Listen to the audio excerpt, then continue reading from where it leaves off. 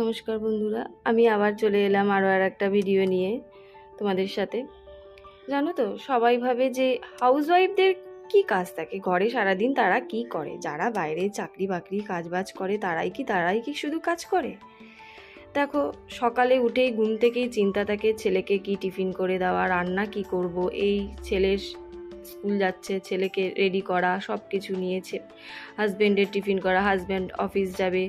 আমার যেমন সব কিছু নিজেকেই করতে হয়, আমার হাজব্যান্ডের সময় থাকে না।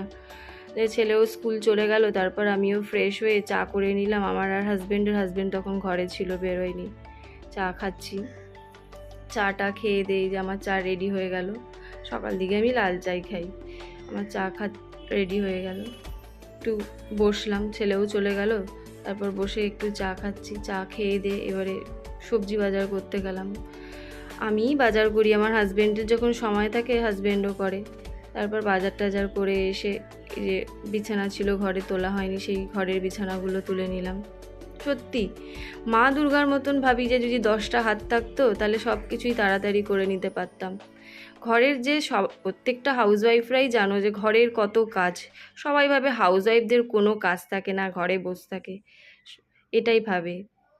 এই যে আমার বিছানা তোলা হয়ে গেল, তোলার পর ঘরে আমার কোনো হেল্পিং হ্যান্ড নেই, আমাকেই সব কিছু করতে হয়। ঘর টর পুছে নিলে, চান টান করে নিলাম, চান করে যত জামা কাপড় কেচেছিলাম সব মেলে দিলাম, তারপর রান্নাবাড়ি শুরু করে দিলাম।